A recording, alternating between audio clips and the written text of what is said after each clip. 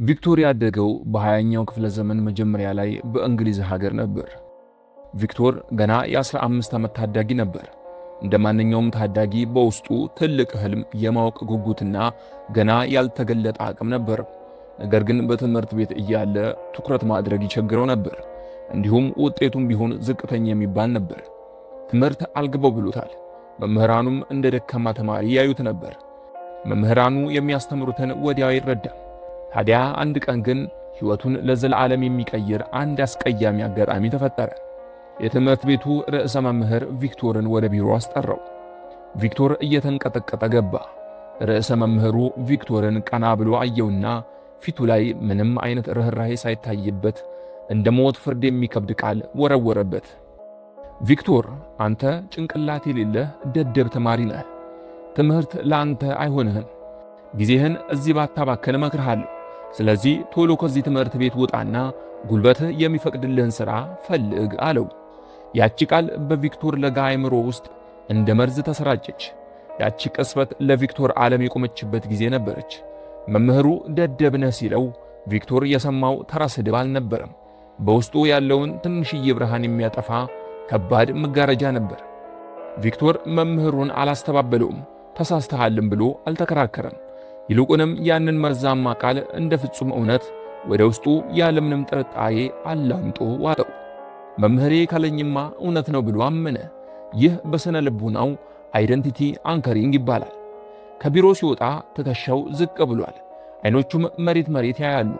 በዙሪያው ያሉ ተማሪዎች ሲሳሳቁ ስለ እኔ ደደብነት ነው ብሎ እያሰበ መፍራት ጀመረ። መምህራኑ ሲያልፉ አቅም የሌለኝን ተማሪ እያዩ ነው ብሎ ያስባል። ቪክቶር ከትምህርት ቤት ግቢ የወጣው ተባሮ ብቻ አልነበረም። ማንነቱ ተሰርቆ ቀና ብሎ እንዳይራመድ ቅስሙን ተሰባብሮ ነበር። የ15 ዓመቱ ቪክቶር ከትምህርት ቤት በር ሲወጣ ከኋላው የተዘጉት በሮች ብቻ አልነበሩ፣ የእውቀትና የተስፋ በሮቹም ጭምር ነበሩ። የርዕሰ መምህሩ ቃላት እንደ ከባድ ድንጋይ ትከሻው ላይ አርፈዋል። ደደብ ነህ፣ ጭንቅላት የለህም፣ ለምንም አትረባም። እነዚህ ቃላት በቪክቶር ለጋ አእምሮ ውስጥ እንደ ገደል ማሚቱ ደጋግመው ይጮሁበት ነበር። ቪክቶር ወደ ቤቱ ሲሄድ በመንገድ ላይ ያየውን ሁሉ በሌላ አይን ማየት ጀመረ።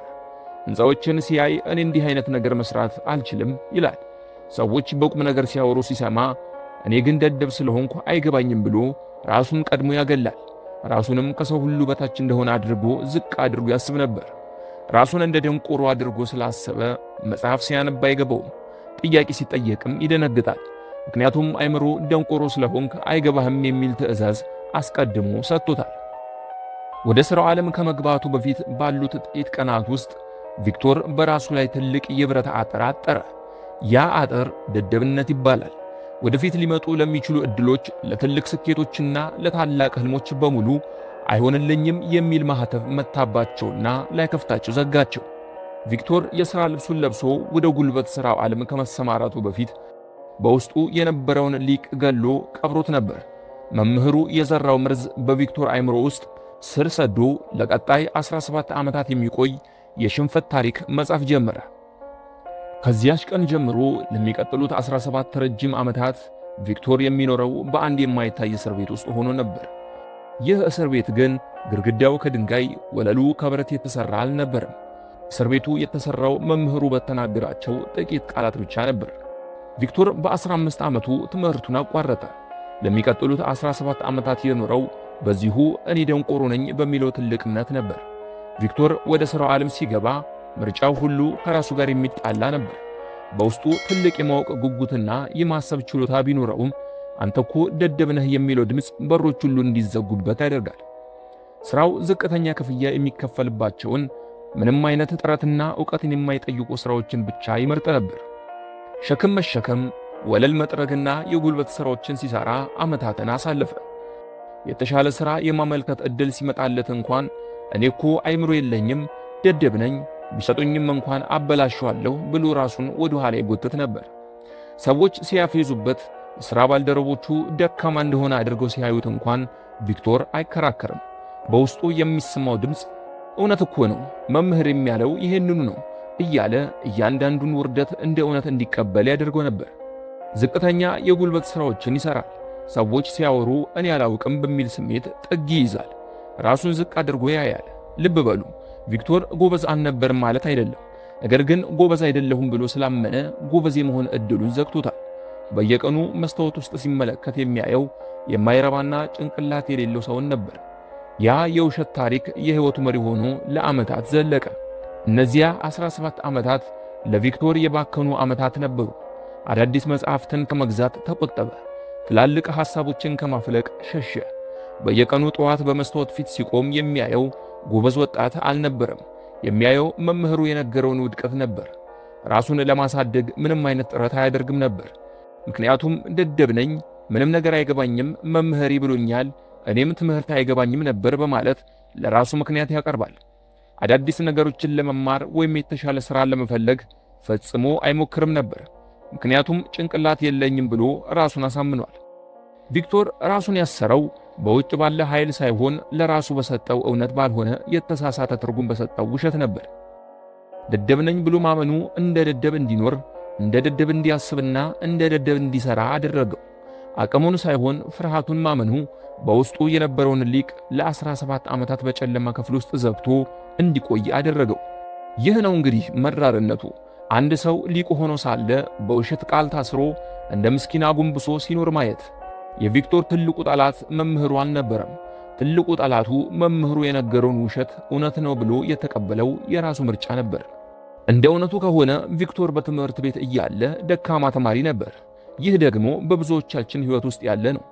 አንዳንዱ አይምሮ ከልጅነቱ የበራለት ሲሆን፣ ለአንዳንዱ ደግሞ ይዘገይበታል። ይሄ ደግሞ ብርቅም ድንቅም አይደለም። ሁሉም ሰው የራሱ የሆነ አቅምና ልዩ ችሎታ አለው። ሰው ሁሉ አንድ አይነት መሆን አይጠበቅበትም። ያኔ በ15 ዓመቱ ከትምህርት ቤት ሲባረር አንተ ጭንቅላት የለህም ተብሎ የተነገረውን እንደ ወንጌል ቃል አምኖ ተቀበለው። አያችሁ፣ የቪክቶር እስር ቤት የድንጋይ ግድግዳ አልነበረውም። የቪክቶር እስር ቤት የመምህሩ ቃል የገነባውና እሱ ራሱ የመረጠው የማንነት እስር ቤት ነበር።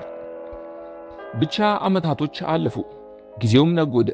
ቪክቶር አሁን የ32 ዓመት ጎልማሳ ሆኗል። ፊቱ ላይ የ17 ዓመታት የሽንፈትና የዝቅተኝነት ስሜት በግልጽ ይነበባል።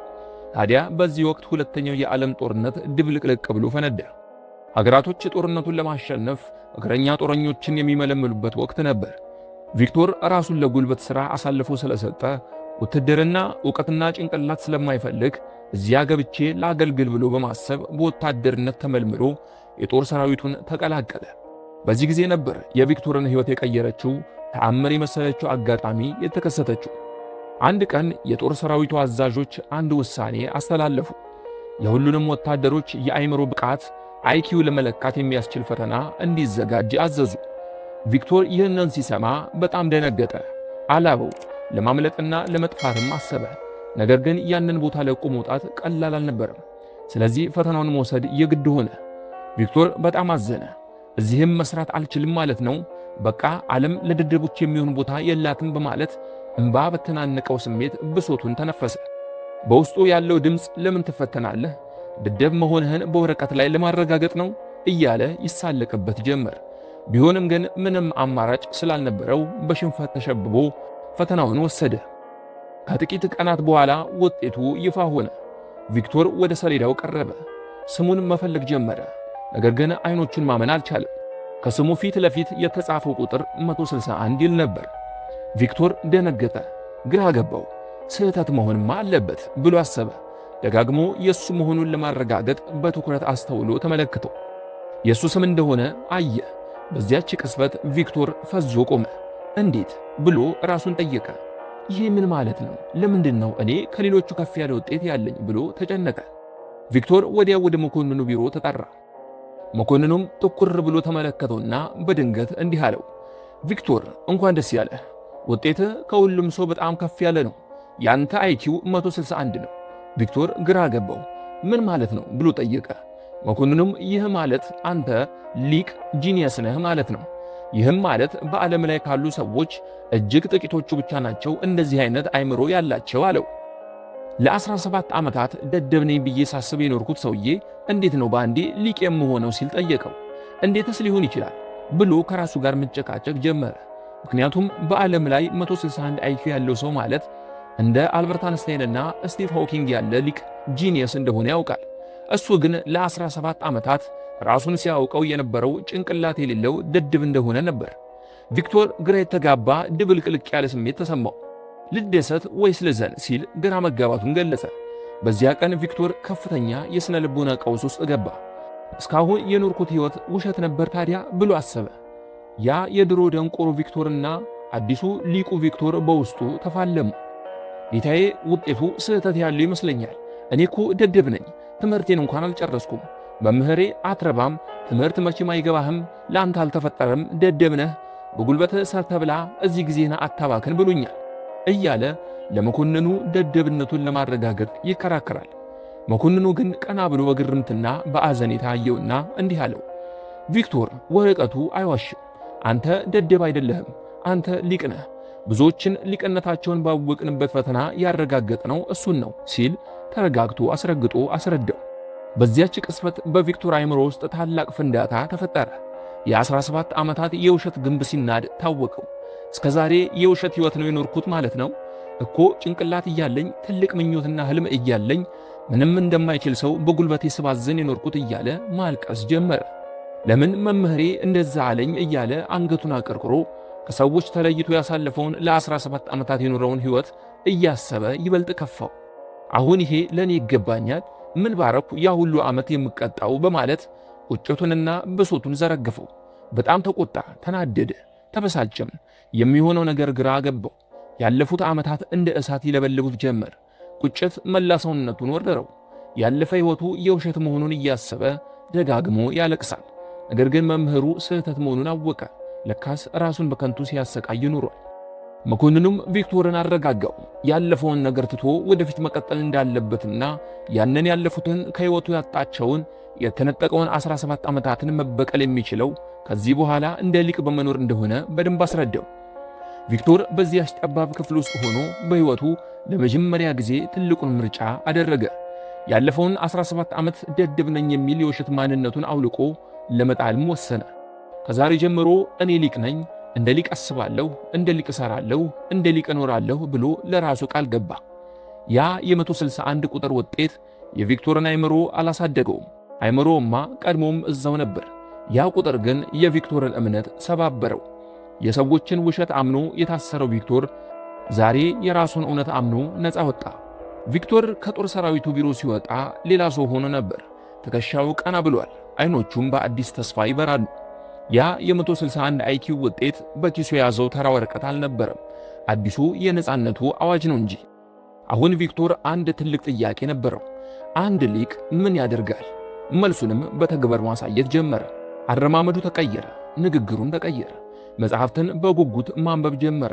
አእምሮ ትችላለህ የሚል አዲስ ፕሮግራም መጫን ጀመረ። ቪክቶር መጀመሪያ ያደረገው ነገር ቢኖር ራሱን በድብቅ ያስቀመጠባቸውን ዝቅተኛ ሥራዎች እርግፍ አድርጎ መተው ነበር። እኔ ደደብ አይደለሁም፣ ስለዚህ እንደ ደደብ መስራት የለብኝም አለ። በቀጥታ ወደ ዕውቀትና ወደ ምርምር ዓለም ገባ። ቀደም ሲል አይገባኝም ብሎ የሸሸውን የእንጨት ቴክኖሎጂ የምህንድስና ትምህርት በጥልቀት ማጥናት ጀመረ። ብዙም ሳይቆይ በዘርፉ ላይ አስገራሚ የፈጠራ ውጤቶችን በማፍለቅ በዓለም አቀፍ ደረጃ የፈጠራ ባለቤትነት መብቶችን ፓተንት ተቀዳጀ። ፊደል መቁጠር እንደማይሳካለት ተነግሮት የነበረው ያ ታዳጊ አሁን ግን የዓለምን አመለካከት የሚቀይሩ ከ10 በላይ ጥልቅ መጻሕፍትን ጽፎ ለንባብ አበቃ። የቪክቶር ስኬት በዚህ ብቻ አላበቃም። የእሱ ታሪክ በዓለም ላይ ያሉ እጅግ ብልህ ሰዎችን ቀልብ ሳበ።